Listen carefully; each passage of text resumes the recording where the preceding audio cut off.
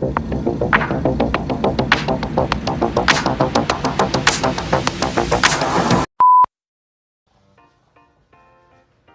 to Lab. If you're watching this video, let me be the first to say congratulations. You are an employee and or lab personnel in need of using the Rotary Evaporator instrument. Can I use the Rotovap now? Whoa, now hold on there, champ. There's a lot for you to learn about this tool before you can start rotovapping.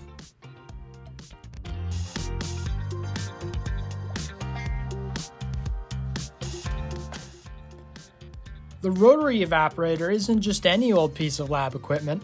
It's commonplace for any chemist in need of separating their compound from a solvent. The tool works through the use of a vacuum that creates a lower pressure environment for the solvent, thereby reducing its boiling point. From there, a chemist can easily boil off any pesky solvent they need, leaving only their desired product behind. Easy as pie. With all that in mind, I'm sure you must think, that seems simple enough. Using this instrument effectively can't be too hard. Wrong!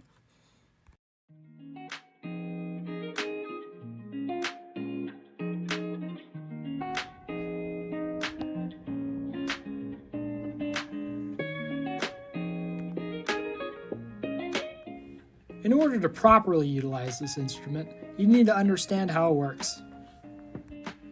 The Rotary Evaporator apparatus works similarly to that of a distillation experiment, only with the addition of vacuums reducing the pressure within the glassware to lower the boiling point. The sample is held here on the end of the setup, just above the water bath where it can be heated and rotated to our needs. The controls for both are found here, where the dials can alter our ideal evaporating conditions. The sample boiling flask can be moved up or down into the water bath using the slider as required.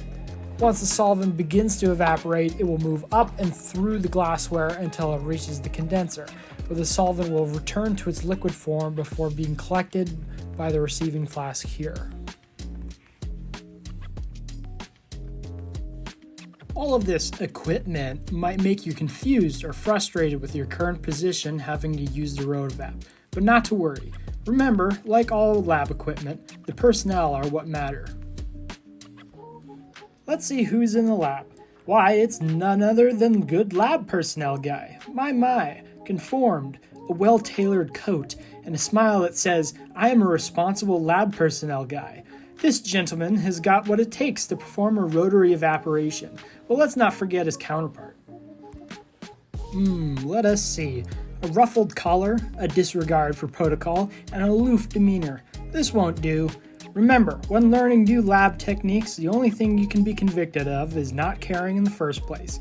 Like all lab activities, you are responsible for your own safety as well as your comrades.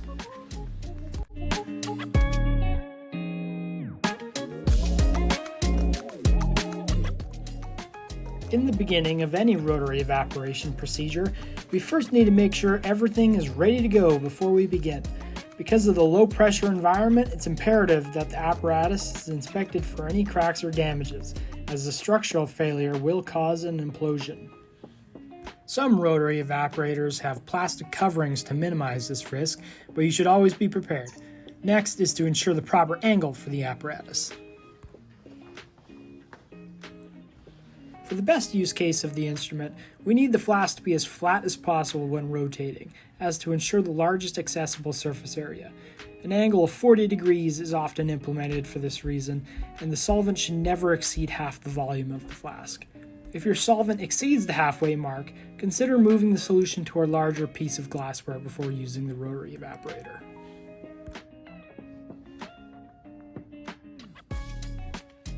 Now then, the apparatus has been set up and you are ready to go.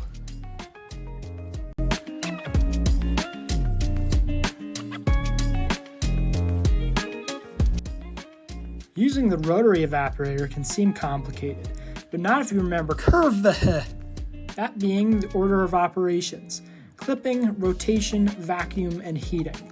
Follow these steps and you too can be a Rotovap pro. The first step in rotary evaporation is clipping. Begin by taking your sample and attaching it to the end of the rotary evaporation nozzle. You can secure it in place using a Keck clip, which slips over the glassware and locks into place.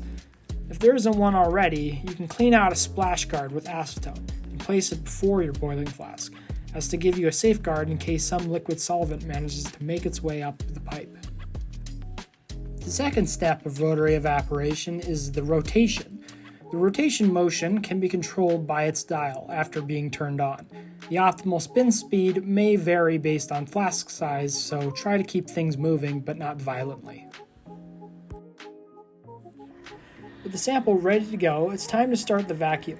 For step 3, place your hand on the stopcock and turn it towards you, thereby closing the system and establishing the low pressure environment needed to boil off the solvent.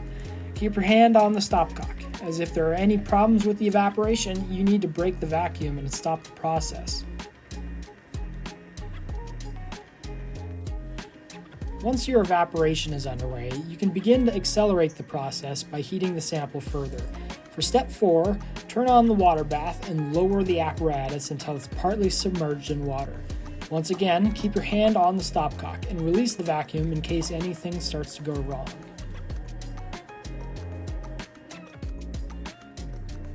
Now that's how you do it. With your sample now evaporating, all you need to do is wait. But what do you mean if something were to go wrong, I should break the vacuum? Great question.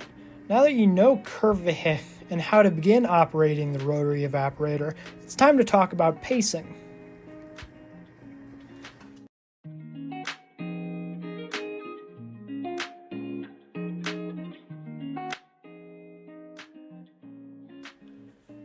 So you just started evaporating off all your solvent, but it seems your sample is evaporating a bit too fast. When a solvent evaporates too quickly, it begins to bubble and splash outwards, losing all your valuable product.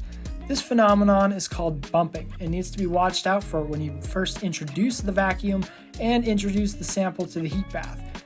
If at any time you notice your sample starts heavily splashing, break the vacuum immediately and start again slowly.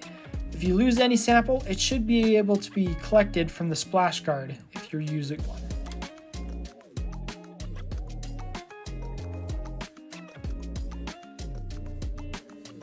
It's worth noting that bumping typically only occurs when the vacuum and heat bath are first introduced, meaning that after both have been successfully used without experiencing bumping, you may walk away from the apparatus and tend to other lab activities.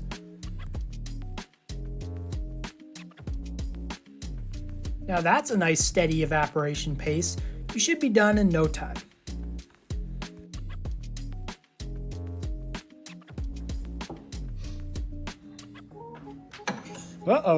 Make sure to follow the order of Pfeifer, or you will lose your sample.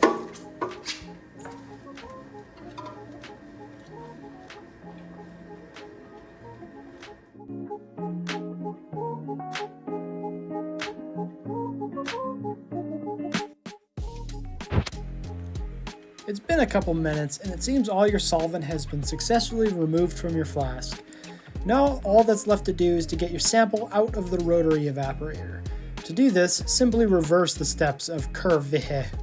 Begin by removing the apparatus from the heat bath, then break the vacuum while making sure to wait until the instrument has reached an even pressure, then turn off the machine's rotation and finally unclip the sample flask, allowing you to safely remove your sample and proceed with your lab activities. Simple.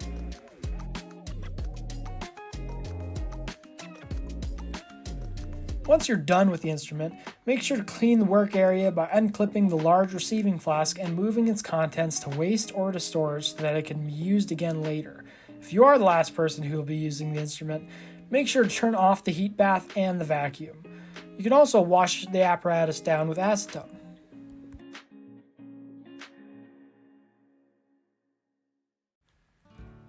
Congratulations, trainee! You now know everything you need to know about operating the rotary evaporator device and are ready to begin evaporating. Good luck and have fun!